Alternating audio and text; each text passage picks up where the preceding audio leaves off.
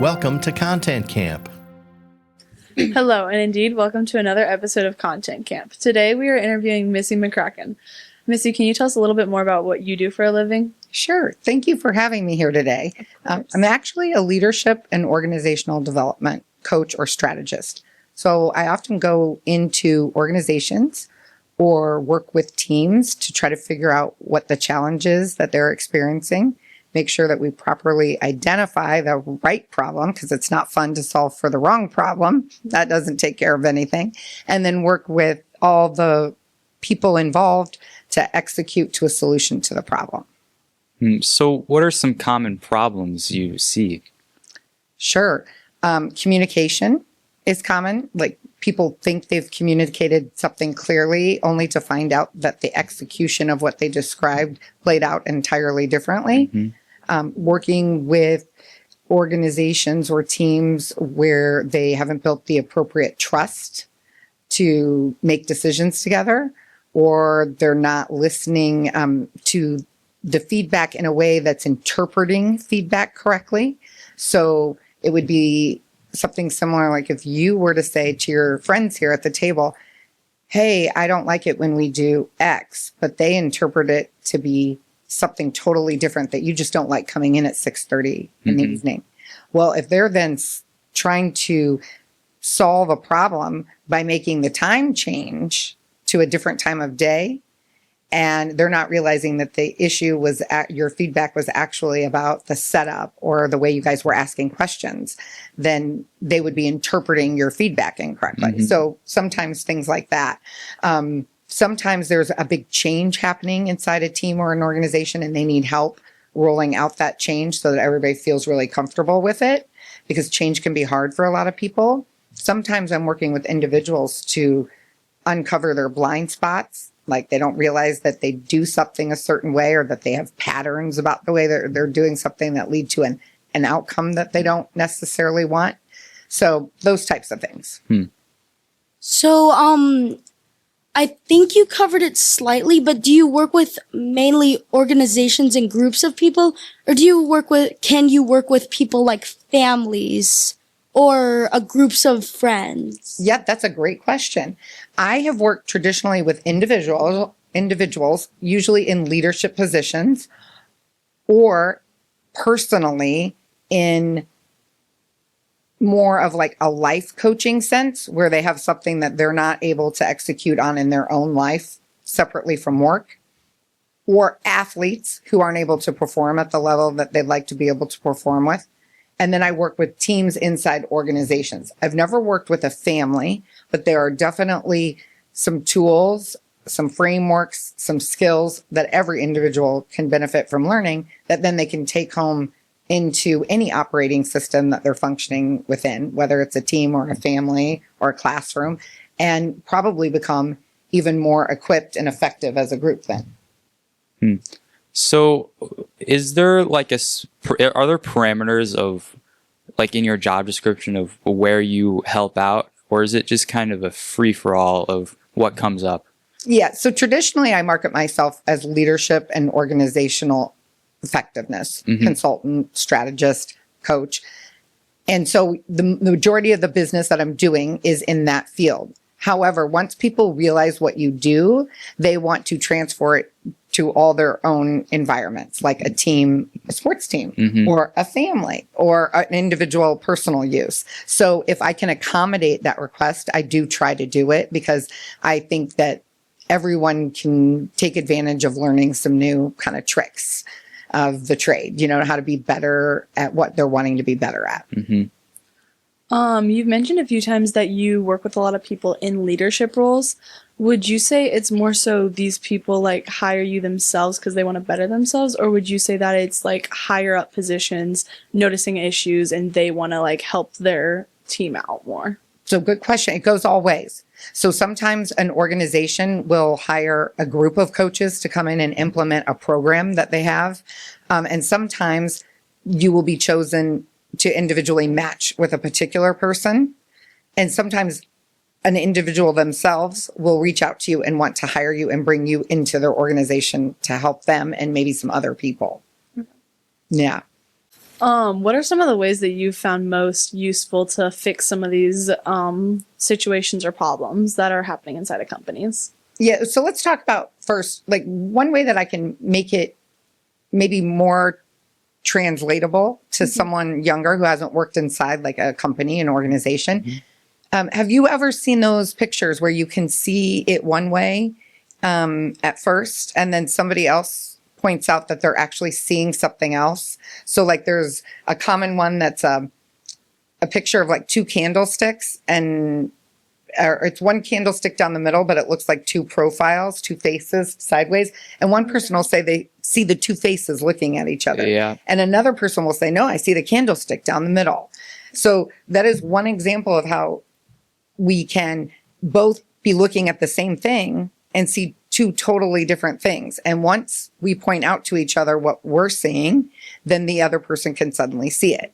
So that's an example of kind of what happens to everybody all the time and what our brain does. Our brain is constantly filtering information in a way that allows it to kind of close a loop on a story quickly for us. And that's usually based on what we know about the past or an experience we've had before.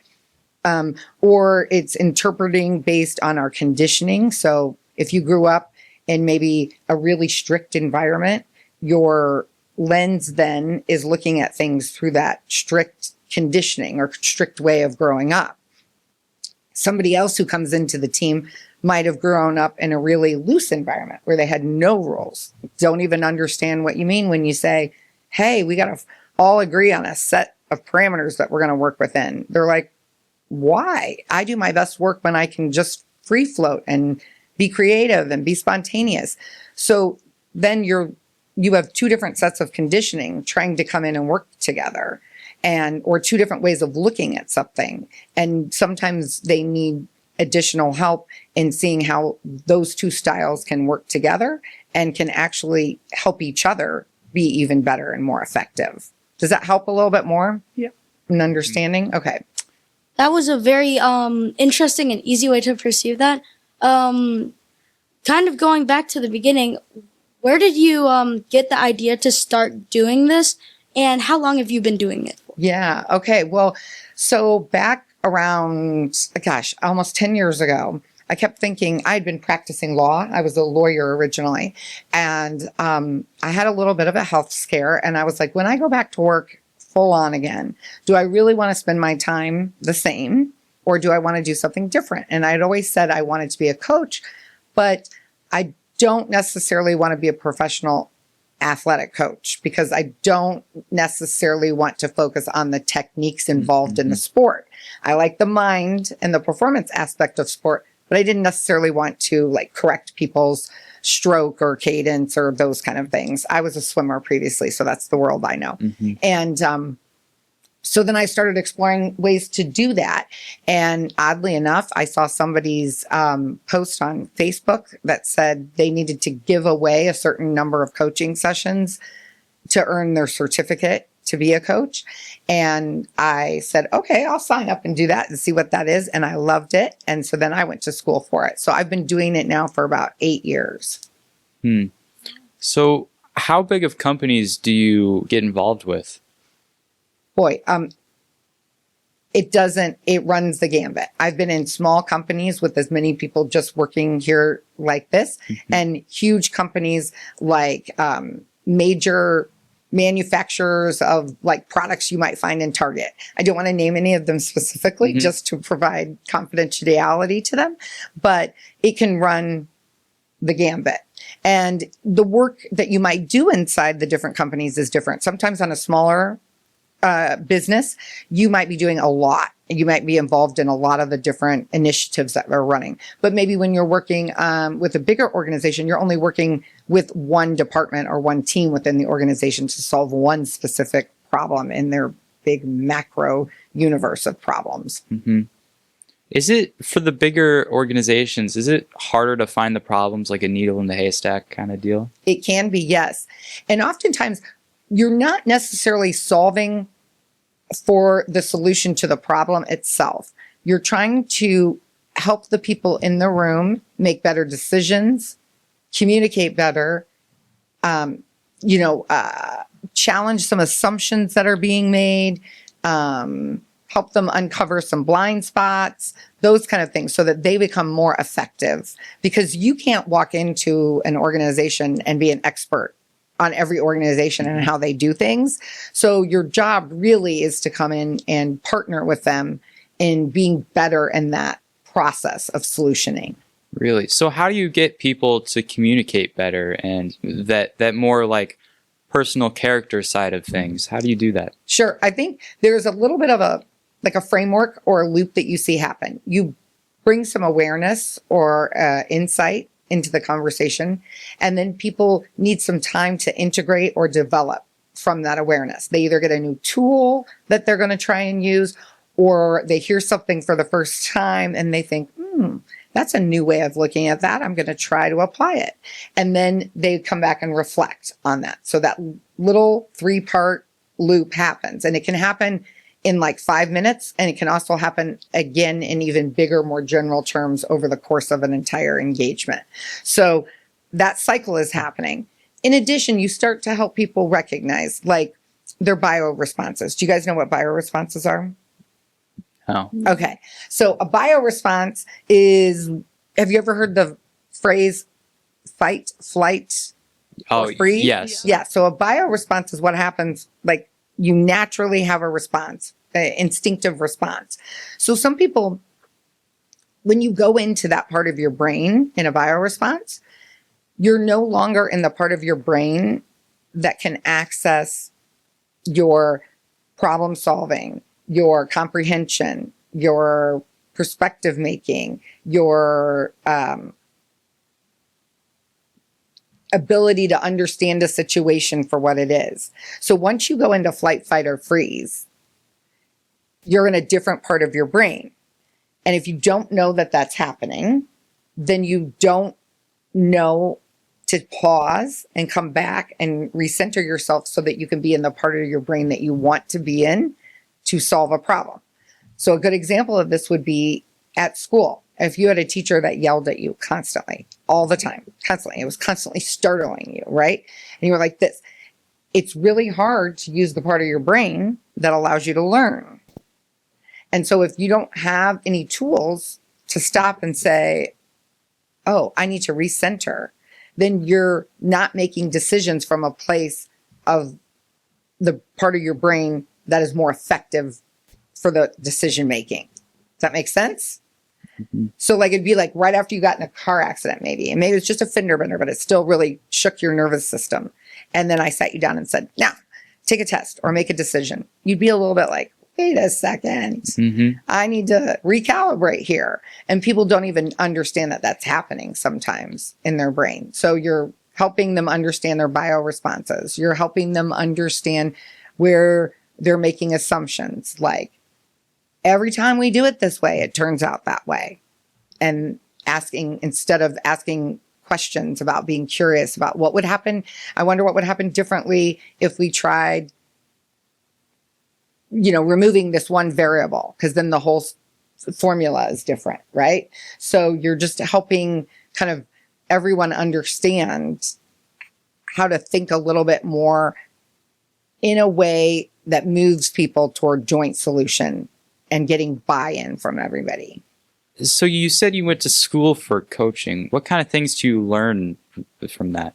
Yeah. So it was a pretty laborious process of meeting in person 90 hours. And then in addition to that, studying for about 18 months. And you learn different tools or frameworks that you can use in coaching. You really become skilled at asking a lot of great questions, learning how to ask questions that are reflective and get people beyond like a yes or no type of question.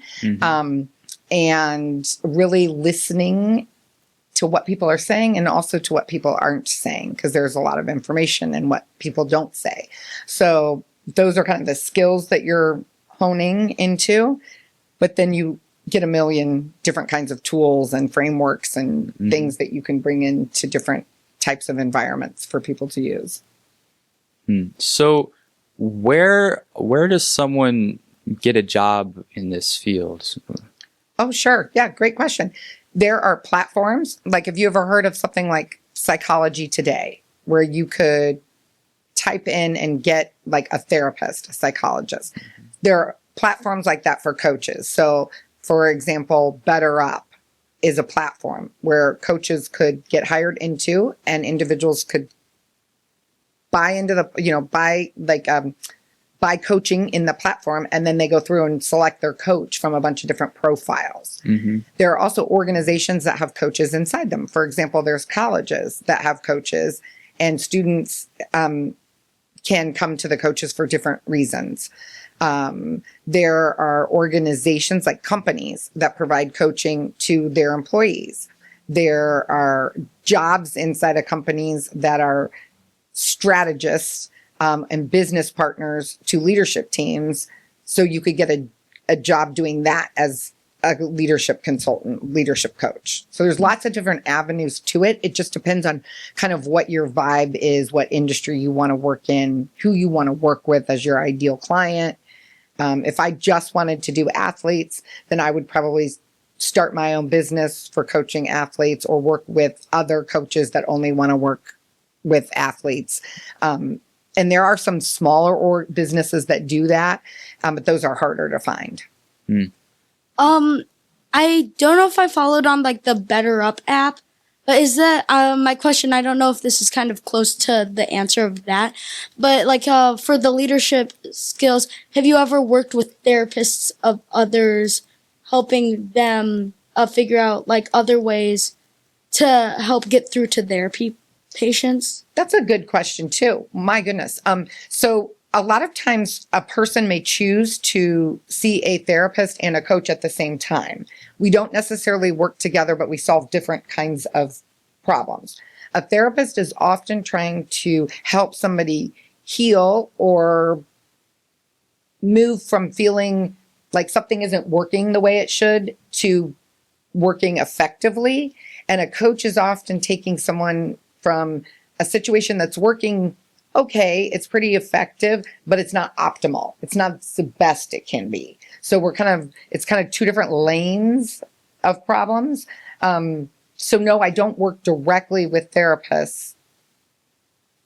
And yet I know a lot of therapists do things to get coaching skills to help them be better in their sessions there are some skills that are coaching skills that are universal, like question asking, right? And that would be something that maybe a therapist would go and take a course on to get better at so they could be better in their own field, but they're not necessarily working to become a coach. Okay. It sounds like with your job, your clients need to have a pretty open mind to hearing new ideas and stuff. How do you deal with people who don't necessarily come in with an open mind? Yeah, that does happen. And it happens more than you might think. Or people come in thinking that they want to talk only about their work, and we're whole human beings. And so, it's very rare that I would say I've never seen it where, you're not going to also talk about someone's personal life when you're talking about their professional life, because they're all tools and skills that we take anywhere we go. I think you have to meet people where they are. So you have to be willing to listen to understand and really validate and acknowledge the way that they're feeling and why they're feeling the way that they are. You don't necessarily have to agree with them. So that might look like, coming into coaching really stinks. It's a waste of my time. I don't want to have to do it. My boss told me I had to, right? And I might ask, tell me more about that. What makes you think that? And where'd you get those ideas? And let's talk about what might be different if you could move from that to just, I'm curious to know if I'm wrong, right? So if you can just move to one better step of a belief, like, I'm curious to find out what might happen if I fully engage in this process, then people eventually start opening up and they realize that they're wrong most of the time about not being able to get something out of it, because every experience is transformative if you allow it to be, because we're not the same person we were 5 minutes ago, even, because all of this is changing us as we sit here. You're coming into maybe a new piece of information, or you're trying a new skill by hosting me here today, or maybe, we solved a mechanical problem that you didn't have on a break. Hadn't had that happen before in a middle of a podcast. All of that is changing you and shaping you into who you are as a person after that experience happens. So do you do a lot of individual, like one-on-ones with employees, or is it more big groups at a time? I would say it's more one-on-one inside a framework where we're working with a group. So I would be, if let's say you're a team at an organization, I would meet with each of you one-on-one, but then I would also be meeting with you as a group. And I would also then be meeting with the other coaches that are working with a team. And we would be comparing not necessarily what's happening in the session, but common themes that we're seeing that the organization might be facing, common challenges that the employees might be having, those kind of things. And then we're sharing and we're strategizing and we're coming back to the group and, going from there. Back to the coach therapist thing. I think I didn't phrase it correctly. Instead of like working side by side, I was meaning to say, what if they, like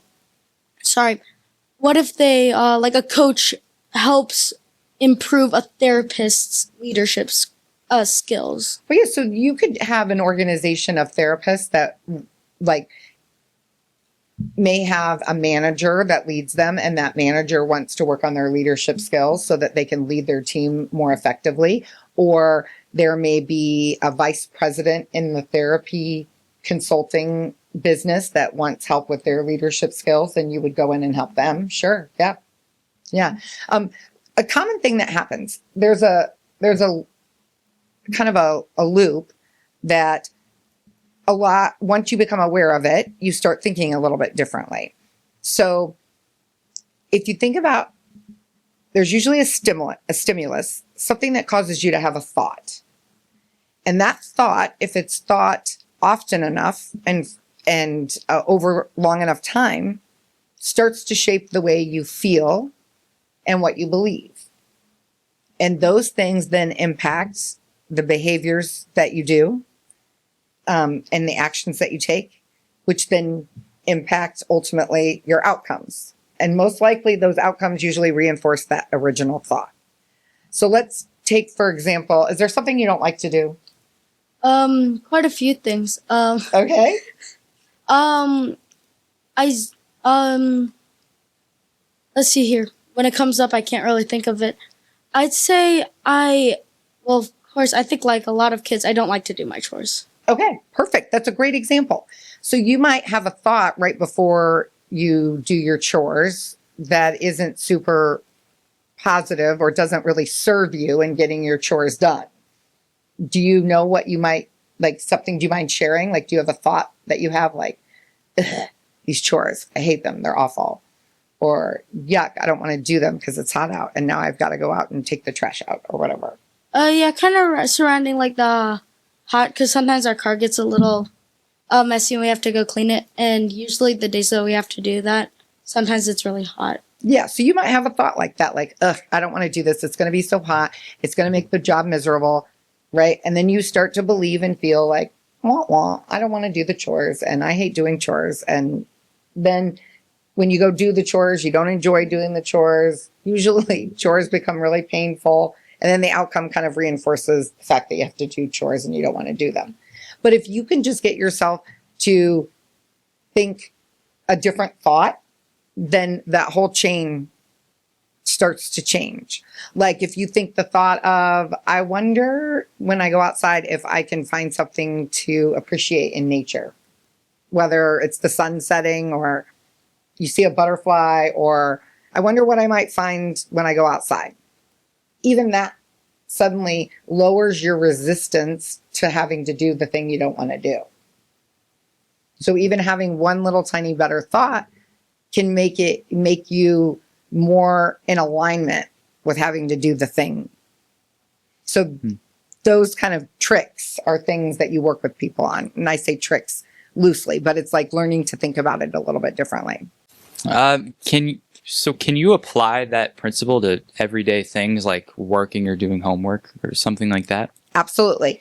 If there's an outcome that you are having that you don't like, try to think of something. Is there some end result that you're getting that you don't want to be getting? Like failing a test? Sure. Okay, so the outcome is you don't do well on a test. And if you go backward through that cycle and you think, what were the actions and behaviors I had in preparing for the test?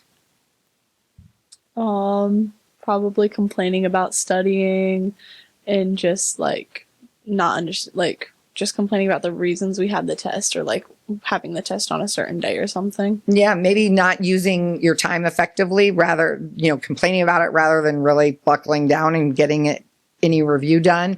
Or maybe even you did it quickly when you knew you probably needed more, or, maybe even just believing like no matter how much I'm going to do it, how much I study, I'm still not going to do well, all of those things, right? And if you go back before that and you had look at your feelings or your beliefs about it, they probably are very indicative of the behaviors that you had. Like, I'm never going to be able to do well on this. I don't have enough time. I don't feel like doing this. I waited till the end of the day. Now it doesn't feel like I'm fresh, and can take it all in. And if the original thought was studying for this test is stupid, then that probably led to the outcome that you're receiving. So any type of outcome that you have that you don't really like the result of, you're not really happy with, if you go back through, you could probably identify something in those variables that you could change to try differently to come up with a different outcome. And in order to do that, you usually have to have a new thought to start that cycle. You've talked a little bit about how you sometimes have worked with athletes. Mm-hmm. What would you say the biggest difference between working with an athlete and working with some of these companies or more like leadership roles for companies are? Yes, I think there are so many similarities with any individual that is high achieving, that has something on their mind that they want to do. So it doesn't matter whether it's in sports or whether it's in school or whether it's in work, that there are a lot of similar characteristics. And the frustration comes when the reality that they're living isn't meeting the expectations that they have for themselves. So they want to be a straight A student, but they're not doing it. Or they want to set a world record and they're not able to do it. Or they want to, be a vice president in the company and they're not able to figure out some of the components of getting there, like being able to influence without having a title, those kind of things. So I think there's a lot more similarities than differences. And I think probably the most successful people are people that are able to remain really curious. So go into things with curiosity and for the experience of doing it, not for the experience of a particular outcome. So the journey itself is as important as the outcome that they're trying to reach, because in that journey is all the transformation of who they're becoming, and they can value that as much as they can value the outcome.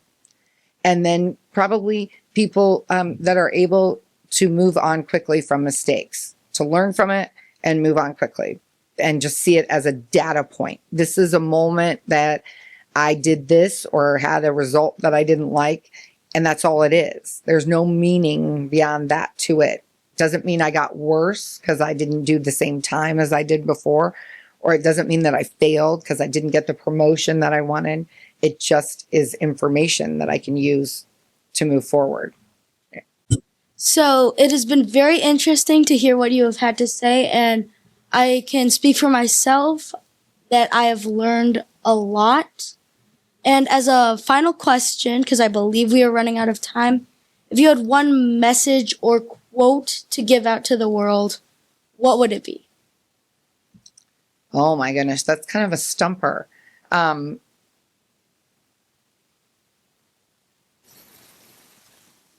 I think it is to believe that the universe is working on your behalf. Things are happening for you, not to you.